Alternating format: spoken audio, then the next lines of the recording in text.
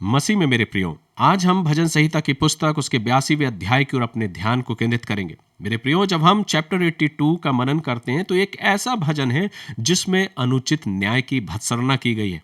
परमेश्वर का वचन हमको और आपको ये सिखाने का प्रयास कर रहा है और एक उसके साथ साथ एक चेतावनी भी दे रहा है कि अगर परमेश्वर की ओर से, ईश्वर की ओर से अगर हमको कोई जिम्मेदारी दी गई है, अगर हमको किसी क्षेत्र में एक अधिकारी पद पे नियुक्त किया गया है या हमको एक जिम्मेदारी दी गई है, अगर हम लीडर हैं, तो परमेश्वर मेरा और आपका हिसाब जरूर करेगा।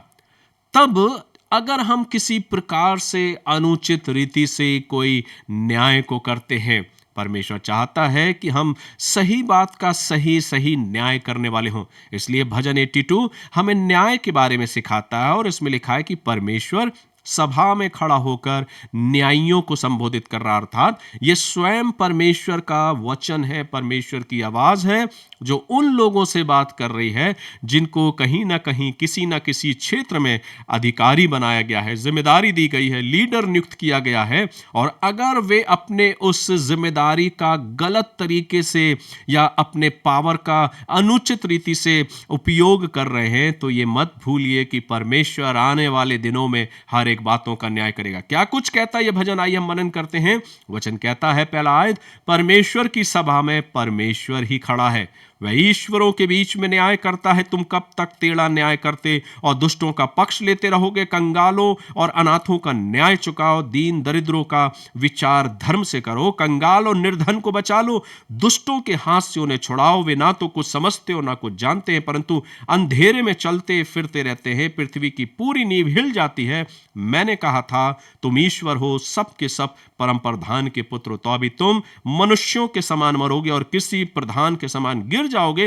हे परमेश्वर, उठ, पृथ्वी का न्याय कर, क्योंकि तू ही सब जातियों को अपने भाग में ले लेगा। सो मेरे प्रियो, एक छोटा सा भजन जिसमें मात्र चंद 8 पद हैं, लेकिन इन पदों में एक गहरी बात को लिखा गया है।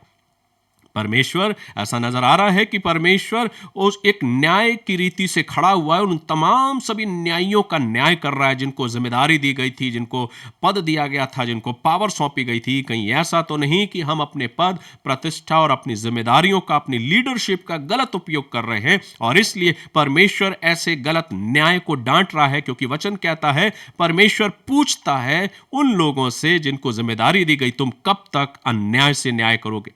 यह उन लोगों के लिए है जो गरीबों को, कमजोरों के साथ अन्याय करते हैं। यह वचन मुझे और आपको यह सीख देता है कि परमेश्वर अन्याय को पसंद नहीं करता। बेशक कई बार हम सोचे कि कौन है जो हमारा न्याय करेगा, लेकिन एक है जो स्वर्गों के स्वर्ग में विराजमान है, वो हर एक का न्याय करेगा। फिर चाहे वो कोई भी हो, चाहे वो छोटा हो, बड़ा हो, पद पे हो ना पद पे ना हो, चाहे किसी भी क्षेत्र में हम अपने कार्यों में क्यों ना हो, लेकिन विशेषकर यह भजन उन न्यायी लोगों से बात कर रहा है, उन पद प्रतिष्ठामान लोगों से बात कर रहा है जिनको जिम्मेदारी सौंपी गई, और अगर वे अपने जीवन में अन्याय करते हैं तो यह जान ले कि परमेश्वर अन्याय को पसंद नहीं करता और इसलिए परमेश्वर डांट लगाता और कहता तुम कब तक अन्याय से न्याय करोगे। परमेश्वर उन गरीबों की और अनाथों की रक्षा की बात करता है। भजन में लिखा है, जैसा कि हमने पढ़ा, कि कंगाल और निर्धन को बचा लो, दुष्टों के हाथ से उन्हें छुड़ाओ। अर्थात परमेश्वर निर्बल और अनाथ लोगों का न्याय करेगा। जो दीन और दरिद्र लोग हैं उनको छुड़ाना चाहता। क्यों? इन वचनों के द्वारा प्रभु अपने सॉफ्ट हार्ट को, उस कोमल हृदय को प्रकट करता है, क्योंकि परमेश्वर हमेशा कमजोर, गरीब और पीड़ित लोगों के साथ खड़ा रहता है। बेशक दुनिया के लोग ऐसे लोगों के साथ खड़े ना हो जो कमजोर दिखाई पड़ते हैं, जो गरीब हैं, जो पीड़ित हैं। हो सकता है इंसान उन लोगों के साथ खड़े ना हो, पर मत भूलिए स्वर्ग का परमेश्वर ऐसे लोगों के साथ खड़ा है और आने वाले दिनों में वो हर एक लोगों का, जो लीडर्स हैं, जिनको अधिकारी पद पे बिठाला गया, जिनको जिम्मेदारी सौंपी गई है, वो परमेश्वर उनका न्याय अवश्य करेगा। वचन आगे कहता है, जिम्मेदारी के साथ साथ वो चेतावनी भी देता है। परमेश्वर का वचन कहता है कि देखो तुम भी मनुष्यों की तरह मरोगे, चाहे पद कितना भी बड़ा क्यों ना हो मेरे प्रियो, कितनी भी बड़ी जिम्मेदारी क्यों ना दी गई हो, लेकिन हम सबको परमेश्वर के सामने जवाब देना होगा। अधिकार एक जिम्मेदारी है, लेकिन घमंड का कारण नहीं होना चाहिए, क्योंकि परमेश्वर कहता मैं तुम्हारा न्याय करूंगा और हम इंसानी हैं और एक दिन हम मिट्टी में मिल जाएंगे, ऐसा वचन हमको कहता है। इसलिए भजन के अंत में भजनकार कहता है, हे परमेश्वर उठ, पृथ्वी का न्याय कर, क्योंकि तू ही सब जातियों को अपने भाग में ले लेगा। मेरे प्रियो, जब कभी भी दुनिया में अन्याय बढ़े तो हमें परमेश्वर से न्याय की प्रार्थना करना चाहिए। बेशक आज दुनिया भर में अगर हम देखें अपने जीवन में कितने लोग हैं जो अन्याय के साथ अपने कामों को करते हैं, मत भूलें परमेश्वर आने वाले दिनों में अपने न्याय को करेगा।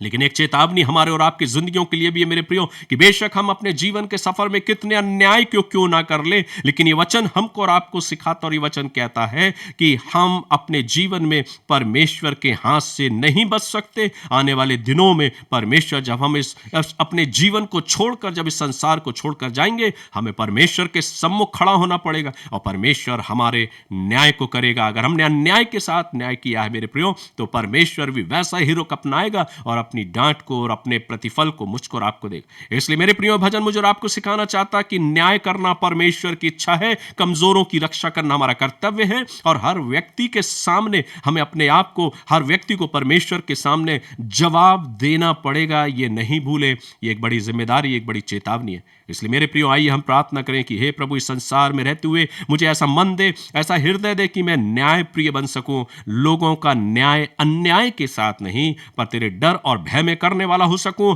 हम कमजोरों को दबाने वाले नहीं, पर कमजोरों को उठाने और उनको साहस देने वाले बने। और पिता परमेश्वर, हम अपने जीवन के द्वारा तेरी धार्मिकता को प्रकट करने वाले बन सके। जैसा तेरा हृदय नम्र है, कोमल है प्रभु, हमारे हृदय को भी वैसा ही बना। हम प्रार्थना करते हैं अपने हर एक लोगों के लिए, हर एक उन प्रिय लोगों के लिए जो ऐसे समय में ऐसे अन्याय से जूझ रहे हैं प्रभु, हम उनके लिए न्याय की कामना करते हैं, प्रार्थना करते हैं। अपने हाथ को बढ़ा प्रभु, जहां कहीं भी ऐसे अन्याय हो रहे प्रभु, अपने हाथ को बढ़ा, अपने प्रभाव को दिखा प्रभु, ताकि लोग तेरी सामर्थ को पहचानने पाए, अपने जीवन में तेरी आशीष को पाने पाए। लेकिन उसके साथ ही साथ प्रभु, हम प्रार्थना करते हैं, अगर हम किसी क्षेत्र में किसी लीडरशिप को कर रहे हैं, अगर हमें कोई जिम्मेदारी सौंपी गई है और अगर हमने जानबूझकर और गलती से भी और जानबूझकर भी कोई गलत किया है प्रभु, तो हम क्षमा चाहते हैं। हम प्रार्थना करते हैं प्रभु, हमारे कामों को, हमारे हृदयों को क्षमा कर प्रभु, और हमें ऐसा मन दे कि हम अपनी जिम्मेदारियों को समझने पाए। ये ना भूलें कि एक दिन हमें तेरे सम्मुख खड़ा होना है। इस आशा और विश्वास के साथ प्रभु, हर एक सुनने वालों पर आपकी आशीष मांगते, और हर एक उन लोगों के लिए हम प्रार्थना करते जिनको जिम्मेदारी सौंपी गई है प्रभु, हर एक पर आपकी आशीष हो। सारी बातों के लिए धन्यवाद देते हैं, इस वचन पर आपकी आशीष हो, ऐसी हम प्रार्थना करते, ताकि हर एक सुनने वाला आपके वचन के द्वारा आशीष को पाने पाए। सारा आदर, महिमा, गौरव, इज्जत, जलाल प्रभु आपको देते हुए प्रार्थना बड़े विश्वास के साथ हमारे उद्धार करता, त्राण करता, फिर से जलदाने वाले यीशु नासरी के नाम से मांगते, सुनिए और ग्रहण कीजिए। आमीन। गॉड ब्लेस यू मेरे प्रियो। प्रभु आप सभी को आशीष दो, ऐसा अवसर दे कि हम भजन संहिता 82 चैप्टर को बड़ी गहराई के साथ समझने पाएं। और अगर आप कहीं भी, किसी भी जगह, किसी क्षेत्र में किसी जिम्मेदारी को आपके हाथ में है, तो उसे बखूबी परमेश्वर के डर और भय में होकर कीजिएगा, क्योंकि वचन ने जो शिक्षा दी है, जो चेतावनी दी है, वो चेतावनी को अपने जीवन में स्वीकार करें। God bless you.